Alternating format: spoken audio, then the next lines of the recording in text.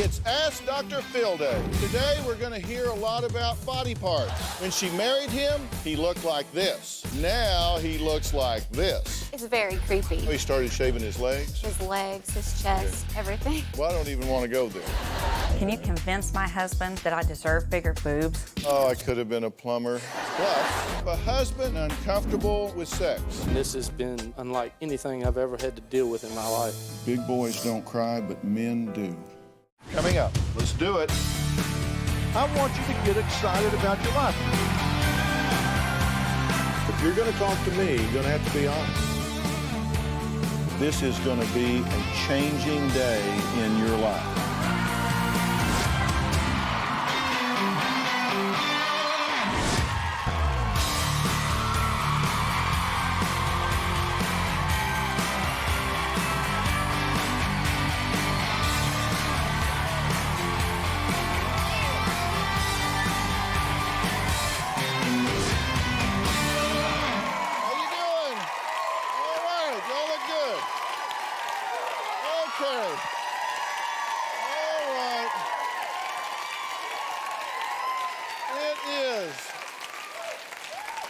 It is Ask Dr. Phil Day. I work hard on these days, let me tell you, because they come from everywhere. It's anything goes. Today we're going to hear a lot about body parts. Some too big, some too small, some too red. You'll see what I mean. First up, a husband who says that he is just intimidated and uncomfortable with sex.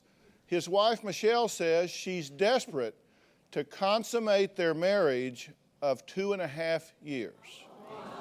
Take a look. We used to have great sex before we were married. I have tremendous anxiety about having sexual intercourse with my wife. It's like a cancer. It's just eating me from the inside out. We had a wonderful romance until shortly after the engagement, and we found out that I was pregnant. I felt that the decision to terminate the pregnancy was forced upon me. I made the decision to have the procedure. I think I lost a lot of her trust and her belief in me. After the termination, we had sex once or twice a week, and soon after that, it would just stop altogether. The fear of failure prohibited me from trying. We didn't have a honeymoon. We came straight to our house after the wedding and turned over and went to sleep. I have tried Viagra. It just wouldn't work. I tried one time a year ago. She ran out of the room and cried for 5 hours. Now when we go to sleep, we turn the light off and snuggle, but there's no attempt at sex. I'm tired of hurting my wife. I cannot believe that we have been married 2.5 years and still have not consummated the marriage. Dr. Phil, can you please help my husband learn to have sex again? Well, first off, I want to just acknowledge you guys for having the courage and the willingness to talk about this in an open way, because it affects between 20 and 30 million couples in America. Do you intend to be rejecting her? No, sir, I do not. I've always been a strong human being to this point, 34 years old. I'm a big man, obviously, so I shouldn't be weak, and I never have been weak, but I've always been an emotional person. And this has been unlike anything I've ever had to deal with in my life. I've been through a lot, but I've never been through anything as tough as this. Do you love your wife? I love her more than anything. More than anything. How do you want her to feel? I want her to feel like a wife should, like a woman should, somebody that's happy and not having to worry about things. And how do you feel when you hear him say that? It tears me up. It tears me up. I know he wants these things, but he's just suffering so hard and is just afraid to come out of that shell. I think that half of the solution to any problem lies in defining the problem. Now, you know that physically, you know plumbing-wise, physically, that things work fine.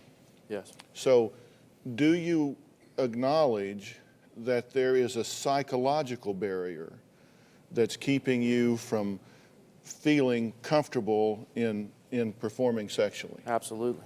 Okay? And what do you think the origin of that is? I can't put my finger on anything specific other than what we've been through when we went through the abortion. We weren't together very long when we had to deal with that, and we were on about a 5-month high when we first met. And then when that happened, it like went from 150% to zero. I mean, it was just like the walls just completely caved in on me.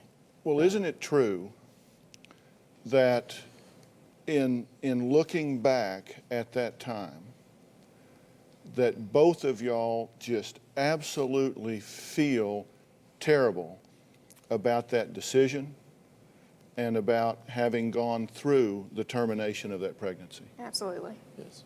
I mean, if you had it to do over again, you wouldn't do it, would you? No, You wouldn't do it, you wouldn't do it. we wouldn't be here. That's right.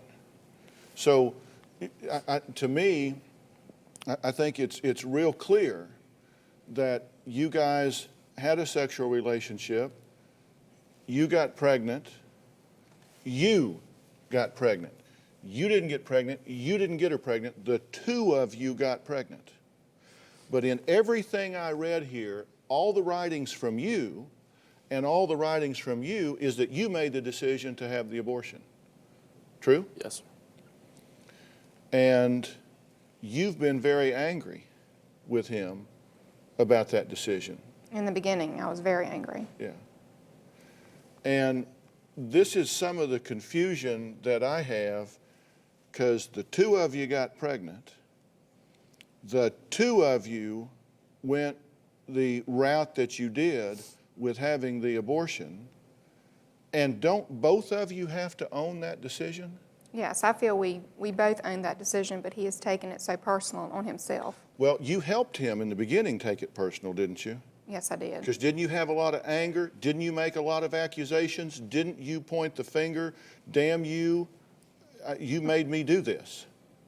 Yes. So I mean, there's no big puzzle or mystery why he would take that guilt on initially. Now, I understand that that isn't where you are today. But, and I'm not even criticizing you for being there before, but is it any wonder that you felt tremendous guilt and shame and pain over the decision and seeing the pain that it caused in Michelle? It's an awful lot of weight to carry. An awful lot of weight to carry. And you're still carrying it today. I still carry it today. And what do you say to yourself about that? I blame myself for that decision, because if I would have made the other decision not to terminate, I don't feel like we'd be here now. It's time to stop this vicious circle, and we're going to do that when we come back.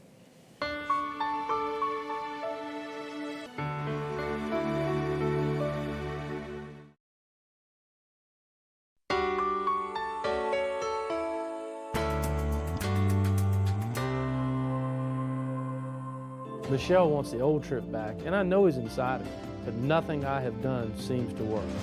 At 6'5" and 300 pounds, I'm not supposed to be fragile. All I want to do is be strong again. Well, it's Ask Dr. Phil Day, and Tripp says he's been having a problem with sex ever since he told his wife to have an abortion when they were engaged. Michelle wants him to get past the pain, even though she acknowledges contributing to him taking it on in the beginning. They both want to consummate this 2.5-year marriage and share the love that they feel for each other on a physical level as well as the emotional level that you both feel very strongly, right? Yes. I mean, sex is a celebration. And how much celebration will anyone ever have if they're feeling guilty and ashamed? None. I mean, it'll never happen. And this starts with you. There comes a point where you have to say, I can't change this. I have to forgive myself. I don't have to feel like I don't deserve the joy and intimacy of physical sex with my wife. You have to be willing to say, I've paid enough. Look her in the eye. Do you see the pain in her eyes? And do you realize that what she wants here is to be with you? Yes, sir. I mean, look her in the eye. Don't look away.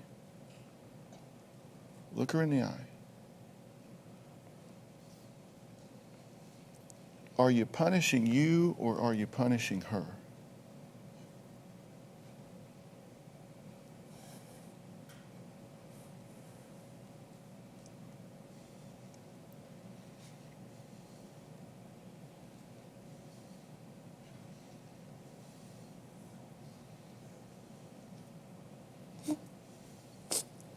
Look at her. Don't look away.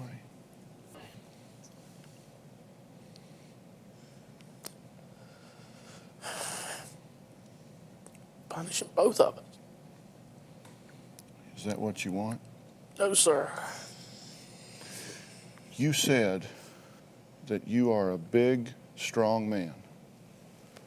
And I see that, I hear it, and I believe it. I want both of y'all to come right down here. I want you to look at each other, right here. Now, do not look away. I want you to look her right square in the eye.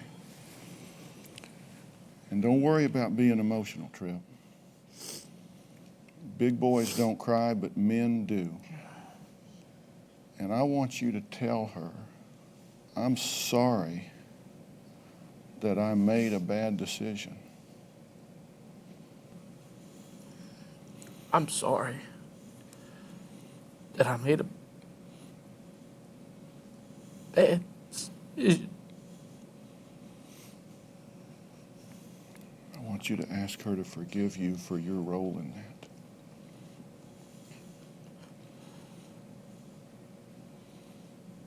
Please forgive me for my part in that. I wish I could take it back, but I can't. I wish that I could take it back, but I can't. But what can you do?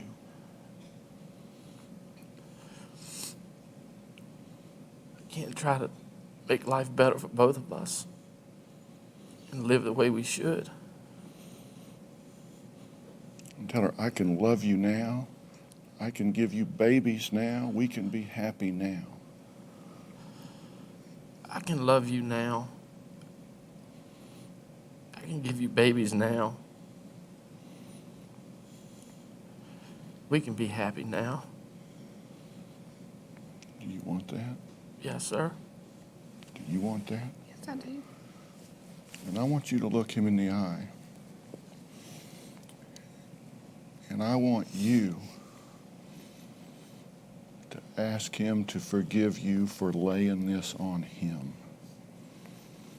And I want you to tell him we made that bad decision, not you. And I want you to ask him to forgive you for laying that on him.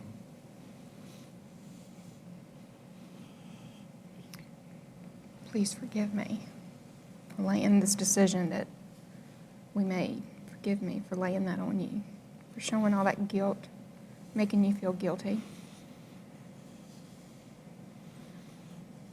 Please forgive me. I want you to ask her to forgive you. Forgive me. Please. Ask her. Forgive me.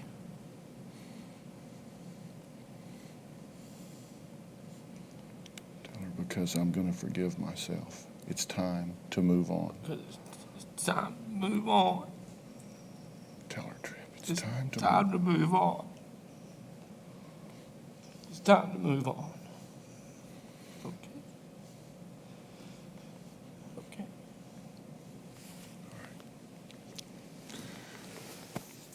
We'll be right back.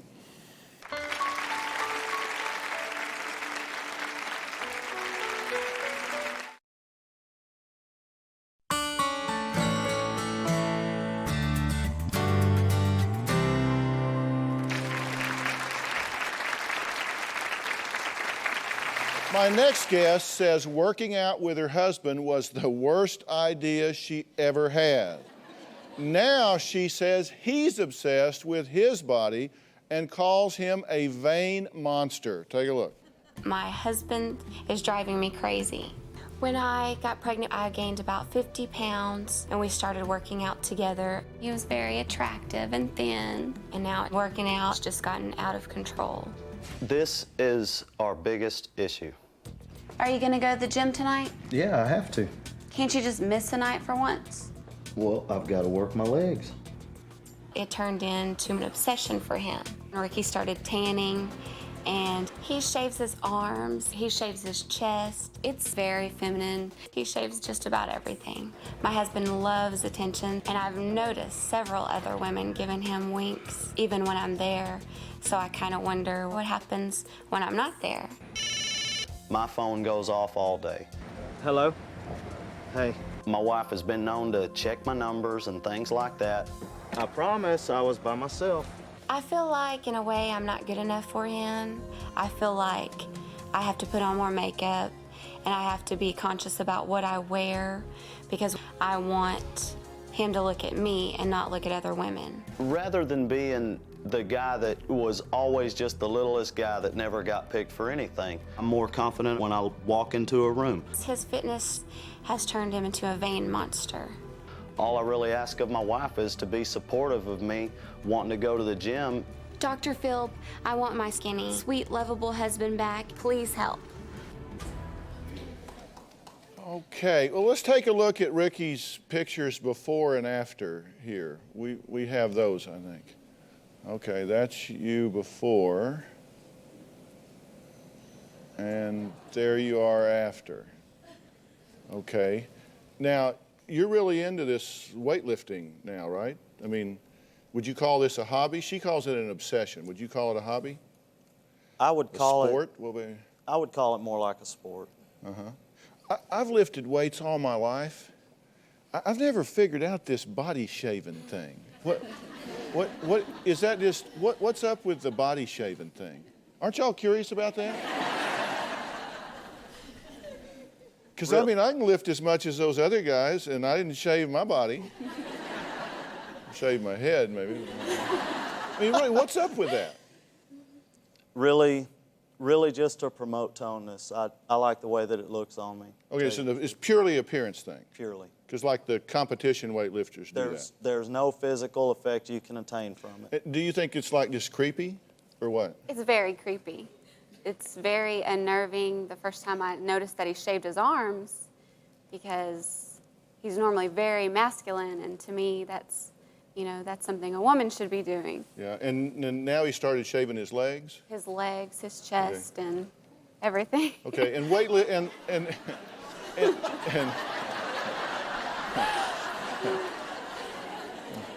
I almost got out of that before. So, well, I don't even want to go there.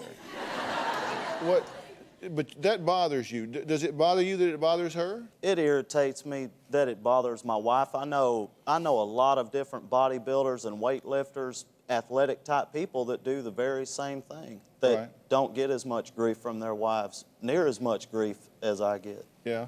Now, she tells me that you spend a lot of time in front of a mirror looking at yourself and checking out, the definition and all of that sort of thing. Is that true? I try to stay current. Yeah. Would that be pretty regular? Yes, sir. Yeah. Okay, now, because I'm just wondering, what's the real complaint here? Do you think that he's unfaithful to you? I don't think that he's unfaithful. I don't have concerns like that, but I'm worried about, because the attention he craves and the attention he's been getting, that it may lead to something. Okay, so this target-rich environment, Right. that it just may happen.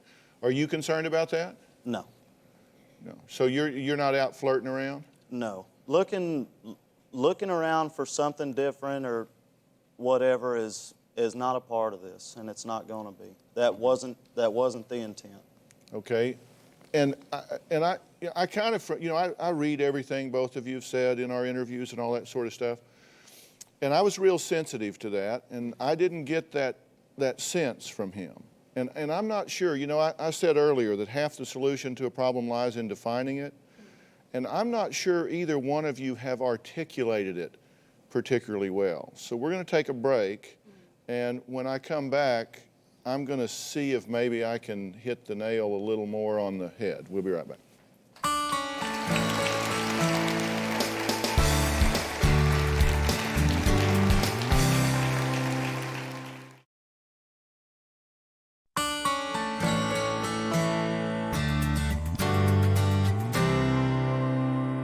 My wife doesn't see the same person that I do when she looks at me. My wife sees this person that she just doesn't like anymore, and I don't know what to do about that.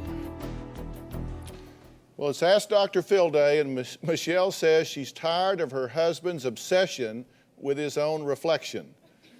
And he's staying real current, apparently. Ricky says she's the only one complaining, that everybody else is fine with the changes you've made, right? Well, no one else really points it out as much as my wife does. If somebody, when people found out I was doing the body shaving or the tanning or the working out or anything like that, no one's ever really approached me with any negativity except my wife. Yeah, well, but she's got a little more invested than the clerk at 7-Eleven, right? Sure. So you'd expect it to come from her. Isn't the problem here that all the time you're spending looking at yourself and focusing on yourself, you ain't looking at her and focusing on her? I don't think so. You don't think that's it? I point out to my wife a lot the way that I think she looks. My wife knows that I think she is a beautiful woman. But do you feel like he's more focused on himself than he is on you? I do. I feel he gives himself a lot more attention. Than he does you? Yes. Okay, if that's true, I'm not saying it is, I'm saying if that's true, how would you expect her to react to that? Well, I'm not saying you agree with it, I'm just saying if that was the case, what would you predict her reaction to be? if that were the case, I'd predict her reaction to be just what it is. Complaints and distrust and different things like that, I'm sure, obviously. Yeah. But since that's not the case, and since we talk, this is an ongoing thing. This is something we talk about a lot. This is something that I've had to explain over and over and over again. It just seems like how many hundreds of thousands of times am I going to have to say this for her to finally understand it? So what you're saying is you disagree with her. I do disagree. Okay. And she's wrong. And you know it. I believe so. Yeah. Well, yeah. Well, how's that working for you? I'm serious. In the relationship itself, how's that working for you? It's not working all that well. I mean, the fact that you're here would be a clue to me. I'm managing this relationship in such a way that she's got me on the Dr. Phil show, okay, with a complaint about me. And you weren't thrilled about coming here, right? Yeah. Well, and hey, listen, that's okay. You need to give him credit for being here. Because your theory is we're going to go down there and have a donkey barbecue, and I'm going to furnish the ass, right? That's just kind of the way you're looking at it. And you don't want any part of that. But the point is, what I want. I'm from Texas. What can I tell you? What I'm wanting to do is for this to work for both of you. And see, there's a formula for success in a relationship. And I'm going to tell you what that formula is, and this can save you a lot of trouble. Okay. So you're going to be happy you came here if you hear this. And if you don't, you ain't going to be happy you came here because it's not going to change. The formula for success in a relationship is that the quality of the relationship is a function of how well it meets the needs of the two people involved. When I graduated from high school, I was like 6'3" and 160 pounds. I mean, I was like string bean. Yes, sir. And I know. And then I started lifting weights and bulked up. And I think that you should get positive credit and positive attention for working on your body and taking some pride in yourself and doing it in a healthy way. And I think you need to think about that. Because let me tell you what men need that they don't ever say. Men spell need W-E-A-K. They do that. If you got a need, you're weak. So men don't like to talk about needs. But one of the most prominent needs that men have is that they want to know that their wife is proud of them. It's very important to me to know Robin's proud of what I do, of who I am and what I do. And that's important to you, is it not? Yes, it is. You want her to be proud of you. He has that need, and he's getting criticized for something he's got a passion for instead of you taking pride in it. She has a need to feel like she is absolutely at the top of the priority list in your life, and that you love her and you care about her and you're sensitive to what she wants and thinks and feels, and that you're going to find a way to meet those needs. Doesn't mean you can't do what you want to do, but I'll guarantee you, if you were handling her needs in such a way that she felt very fulfilled, very secure, very loved, very focused on, she wouldn't care that you were down there lifting weights. You got to own some of that insecurity, but you have to help with that as well. It's not what you're doing that's getting you in trouble, it's what you're not doing. It's not the lifting weights that's getting you in trouble, it's that you're not plugging in over here and helping her feel good about her role in this marriage. Would you agree with that? I would totally agree with that. So I don't think it's about how much you lift weights, and so we'll just see whether you're serious about it or not. Because if you want to lift your weights and do what you're doing, you can do that without any conflict if you're willing to meet her needs in the meantime. And if you really care about her, you will. And if you won't, you'll just say, you're wrong, and you'll go down there and lift weights. But we've agreed that ain't working. It's not. All right. Next, she wants bigger breast, and her husband forbids it. The hell's he thinking? No, just kidding. Just kidding! I'm just kidding. Should she get them anyway? I'll tell you what I think when we come back. You know, absolutely seriously, it's not what you're doing. I'll bet you.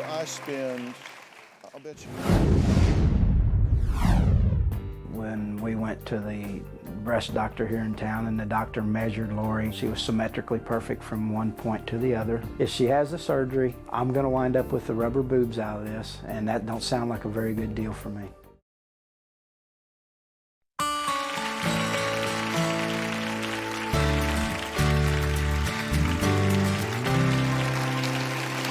Well, it's Ask Dr. Phil Day, and I'm trying to stay out of trouble and answer all your burning questions about your bodies. The next one, the next one is about breast. Lori says her husband agreed she could get bigger ones when they had the money, but the cash is in the bank, and now he's changed his mind. Take a look. I've always said if I ever hit the lottery, I was going to get a Mercedes and some new breasts. They're just too small. If that isn't cleavage, they're in a cow in Texas. Right now I'm a size 34A, and I would like to be a full B, if not a C. I'm against it totally. They're perfect for me. I love her the way she is. We were in a car wreck. We knew we were going to get a cash settlement. Mark said that I could get my breast done. When it was time to get our money, he said, no, you don't need it. You're not going to do it. Boobs are not a big important part of me looking at a woman. Physical attraction is going to be her face, her smile, her legs, and her butt. I feel so good about myself as a mother, as a wife, as a person. that I just feel like this would make me look as good as I feel. Last summer she looked great, and then she puts on 10 pounds now, so her butt got a little bit bigger, and she goes, oh, well, now I need the boob job. Well, I think it's something that can come naturally by walking a little bit, exercise, and get that butt size down a little bit. He's 13 years older than I am, and he's thinking down the road that I'll still be getting attention, and he's going to be feeling kind of old. I'm not budging, and neither is he. I'm at my wit's end. If she has the surgery and she doesn't gain her self-confidence, she's not going to have what she wants, I'm going to wind up with the rubber boobs out of this, and that don't sound like a very good deal for me. Dr. Phil, I want more self-confidence. Can you help me convince my husband that I deserve bigger boobs? Oh, I could have been a plumber. Could have been a school teacher. I could have done a lot of things. Well, first off, let me tell you, I can't answer this question for you. I'm going to give you some things that I think will lead you to an answer, but I mean, obviously, this ain't my call. I assume you guys didn't make a deal that whatever I say you'll do.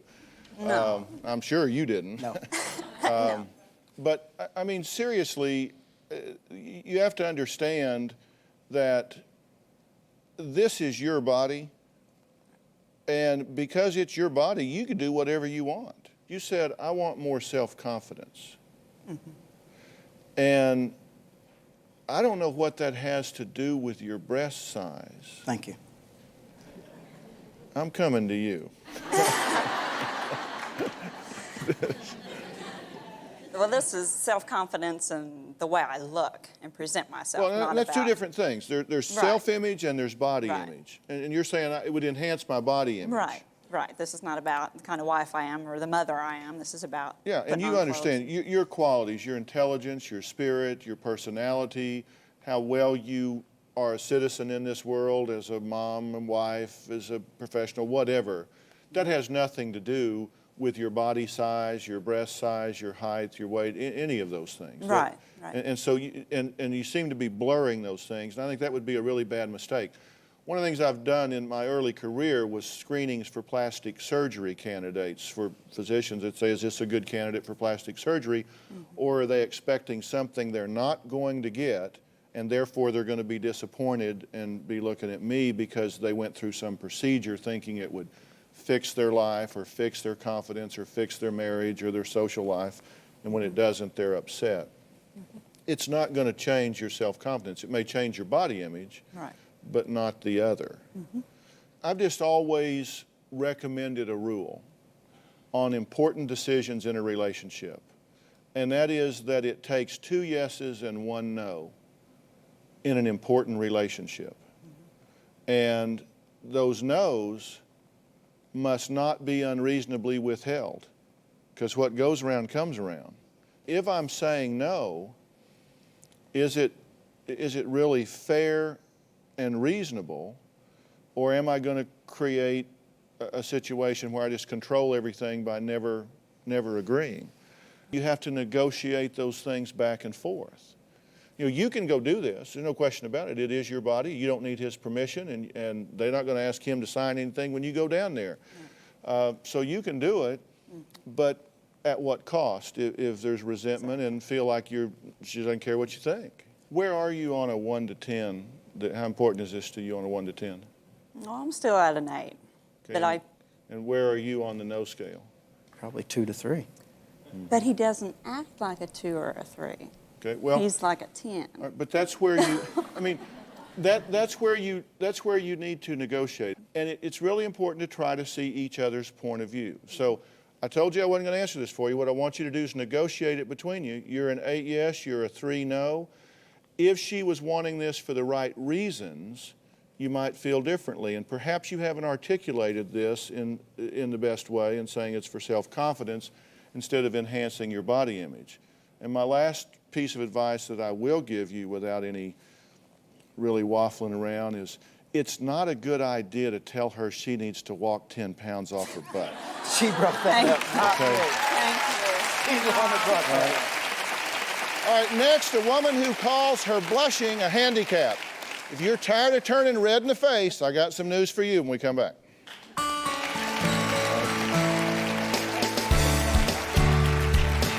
need to negotiate this. I think the blushing always makes me look foolish or comedic, or it takes away from the seriousness or my authority. And when I blush, everyone feels sorry for me.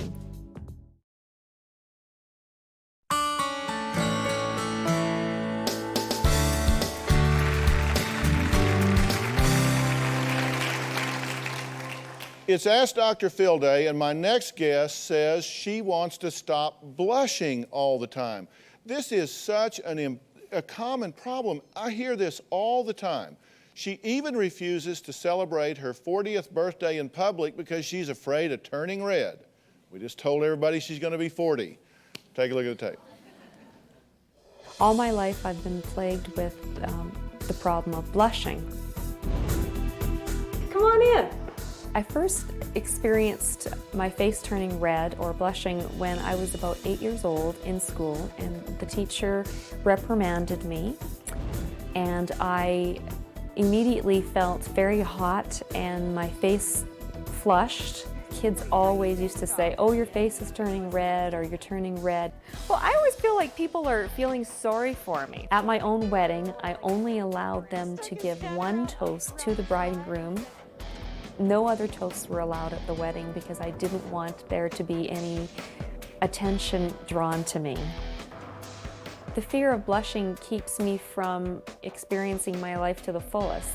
If I could just stop blushing, I think that I would like being a politician or having a decorating show on TV or something more visible where people actually look at me. She's blushing! Okay, thank you.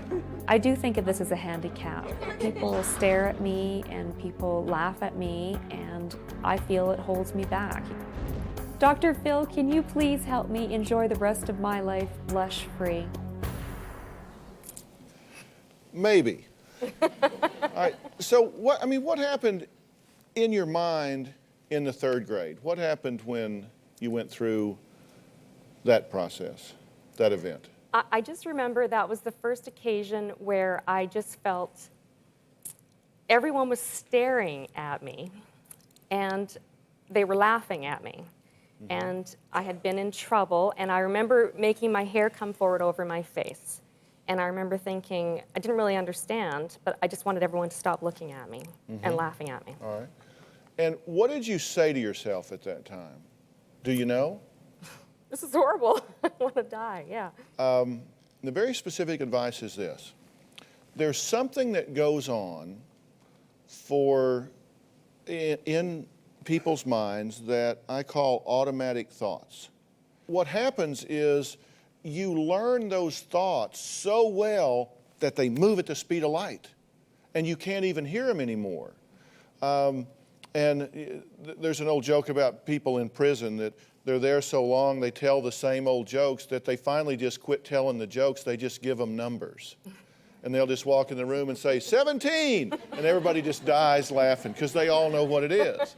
Now, they don't have to go through the whole joke to know that they have a shorthand for it. And you have a shorthand for everything you learned in the third grade. This is horrible, I want to die, people are staring at me, I'm embarrassed. You have a shorthand for all of that now, which is just, yeah, right? That's just it. Yeah. And you see, everybody condenses it into shorthand. So what you have to do is you have to write down every single thing you say to yourself in that split second, and you have to challenge it. It's not the third grade anymore. You are a mature, intelligent, articulate woman. And for people to look at you in an evaluative way, you'll measure up just fine. People are looking at you now, and you're doing a great job. Isn't she doing a great job of telling herself? I'm telling you, break it down one at a time, challenge it, and this will go away. Okay. You just have to take out the little shorthand symbol that says blush. We'll be right back.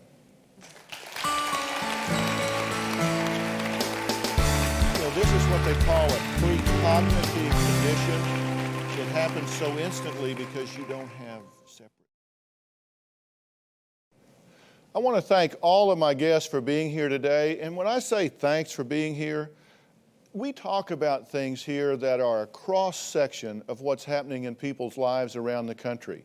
And when you write to us, we read those letters to see what challenges you're facing and what struggles you're dealing with. And for folks to be willing to come in here and be open and honest about these things helps everyone, because if you didn't do that, it wouldn't get the attention that it needs. So I tip my hat to all of you. I appreciate you being here. All right. Thanks a lot. For more information, go to drphil.com. See you next time.